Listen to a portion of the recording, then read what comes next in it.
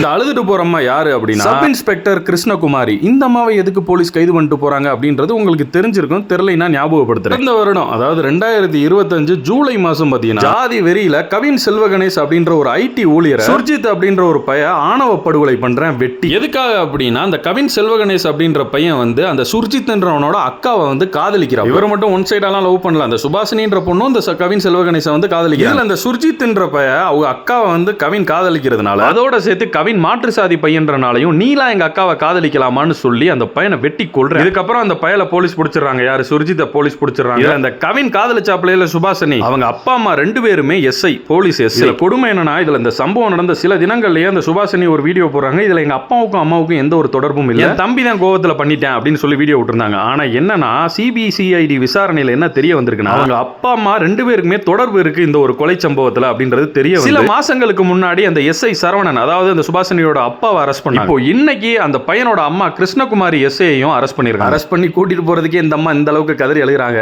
இந்த அம்மாவோட பையனால ஒரு பையன் வெட்டி கொல்லப்பட்டிருக்கான். அந்த பையனோட குடும்பம் எந்த அளவுக்கு கதறி அழுதுருப்பாங்க. இதுல இன்னொரு கொடுமை என்னன்னா அப்பா அம்மா ரெண்டு பேருமே சப் இன்ஸ்பெக்டர். ஊருக்குள்ள சட்ட ஒழுங்கை காப்பாற்ற வேண்டியவங்க வீட்டுக்குள்ளேயே பையன்ட்ட சட்ட ஒழுங்குனா என்ன? கேவலம் அந்த ஜாதியின் பேரால ஒரு உயிரை நம்ம பறிக்கிறதுக்கு நம்மளுக்கு உரிமை கிடையாதுன்னு சொல்லி வளர்க்கல. அது எங்க இங்க இருக்கு நெக்ஸ்ட் அப்படின்ற மாதிரி அது எப்படிங்க சொல்லி வளர்ப்பாங்க? அவங்க மனநிலையே அப்படி இருந்துச்சுன்னா